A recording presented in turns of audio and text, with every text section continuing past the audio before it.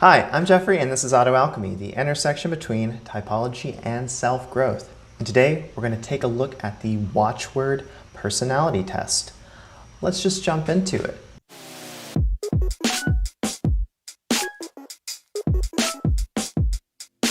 Alright, so welcome back to the channel. Thank you for tuning into the video. If you like this video, if you want early access to content like this and some other bonus goodies, don't forget to check out my Buy Me a Coffee page, linked down below. Anyway, self-promotion aside, let's talk about the Watchword personality test. This test is going to be attempting to get at your Jungian psychological type. So like some other tests I've been taking recently, it's going to give me a 4-letter code. It's trying to get around some of the obstacles and challenges that I've talked about with other personality tests. You know, I've talked about this notion of the social desirability bias. I've talked about other problems with self-reporting. You can't really see yourself. You don't fully understand yourself. But yeah, so this test is attempting to get around some of the problems associated with other personality tests. And it does that by focusing more on this concept of word association. So I'm just going to be allegedly extracting out certain words from my subconscious, and then I'm going to, I guess, see what this thing tells me about those words. I don't fully know how it works, but maybe there will be certain associations with those words that are more appropriate for an introvert or an extrovert, thinking or feeling. You get the picture. I'm not gonna spell it out for you. I like to say that I have the smartest viewers out there. You know who you are. The one final thing I want to say really quickly about this idea is that I have an appreciation for this word association concept because I realized that that is integral to the history of depth psychology.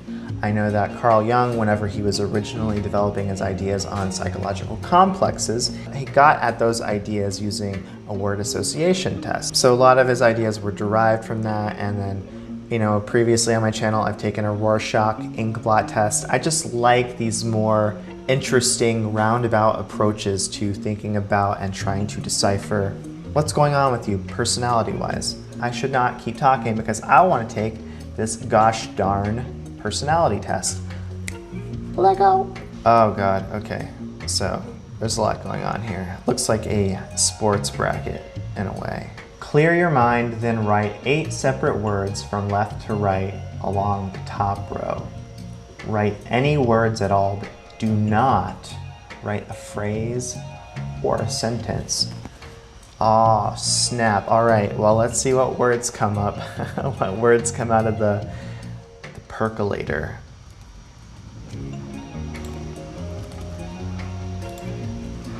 Dope. Ameliorate. Findings. Depth. Squid. Interesting. Falcon. Okay, next. Okay, so same concept. Orange. Fend. Palpable. Incorrigible. 17. Gossip. Caliber. Microcosm. That's a pretty interesting selection of words if I do say so myself. Maybe another fun activity would be to somehow craft a little rapidy rap out of these words that I've created, but that's a project for another time. Let's see. Next, look at the 2 yellow boxes, consider those 2 words, and think of another word connecting them. Oh, it's gonna be difficult. Connection can be anything that makes sense to you. Do not worry that someone else might not understand the connection you make. And okay, so now I can write a short phrase if I so desire. All right, so kingfish. Well, there is a bird known as a kingfisher, so that's a really easy association to make. Dope and ameliorate.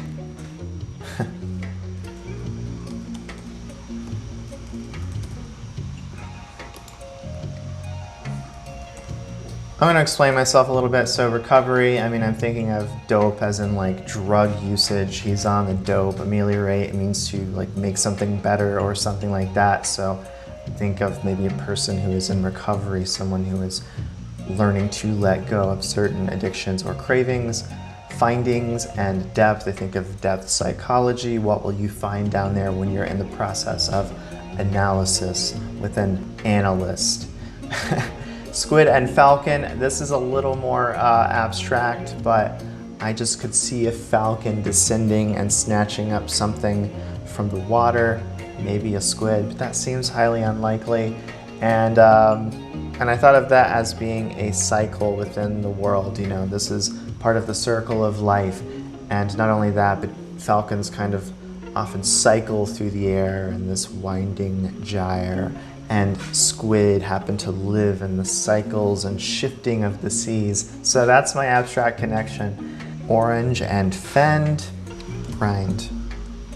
You know, with the word fend, I think of like fending off. I think of having a shield. I think of the outside of the orange as being something of a shield or armor. So that's where my mind went. Palpable and incorrigible.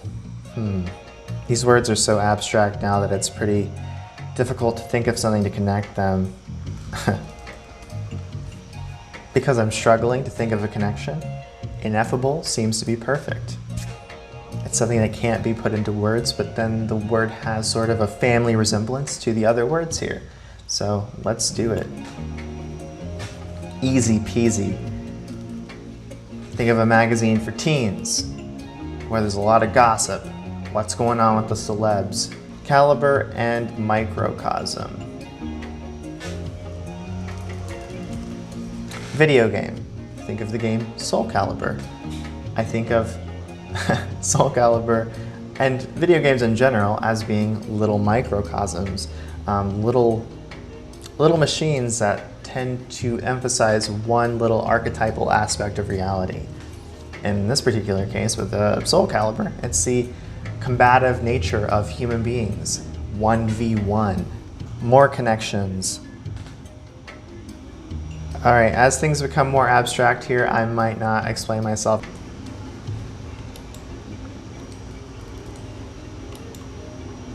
Oh.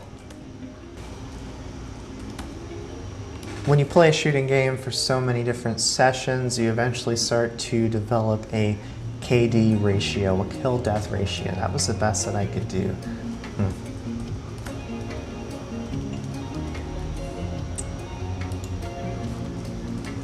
I guess I say likes because I think of people using their little profiles with their avatars to like or dislike a video on YouTube, which then creates the like-dislike ratio. Hell yeah.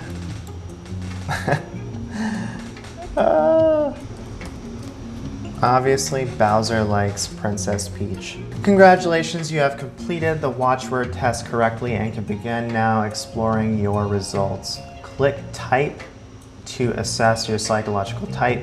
None of this is very interesting to me, so I'm just gonna look at the psychological type and see what we got. Oh, okay, so it doesn't give you a psychological type merely on the basis of the words. It looks like I need to now go through and categorize each of these words, and then through that process, mayhaps I will finally discover my true type.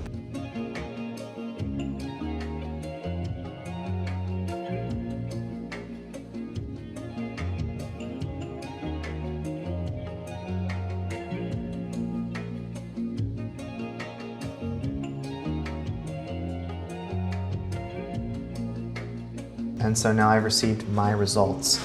Watchword type, extroverted, intuitive, thinking. Huzzah, huzzah. My dominant function is not clearly indicated. That's what's up. Some of you guys could have told me that. So this is equivalent to the ENTP or the ENTJ. I've never received an ENTJ result. I've never been accused of being an ENTJ. I think someone not too long ago told me that I was maybe an ESTJ, which is believable because there are certain alleged ENTPs out there who are really ESTJs, but we won't talk about that. So I guess now I should determine if I'm more ingenious, quick-witted, enjoying games and argumentation, or am I more of a planner, organizer, director, and problem solver? don't really like those adjectives. I feel like ENTPs are also problem solvers. I guess I'm more of an ENTP. I don't know, I'll have to think about it. And if I do decide that I am more of an ENTP than an ENTJ, then I guess I'll have to change everything on my channel. And I'll have to make the ENTJ rap my anthem as opposed to, wait, I'm mixing up this joke. Oh well, whatever. So despite having some issues with certain components of this process, for example, categorizing some of the words as one thing versus another and contradicting myself and talking myself into knots, I am actually impressed that I got the result of ENT something. Please let me know what you got and how it aligns with results on other tests or how you self-identify. And that's gonna be it for today. So thanks for tuning into the video. Thanks for liking, commenting, and subscribing, and I'll see you guys next time. Bye.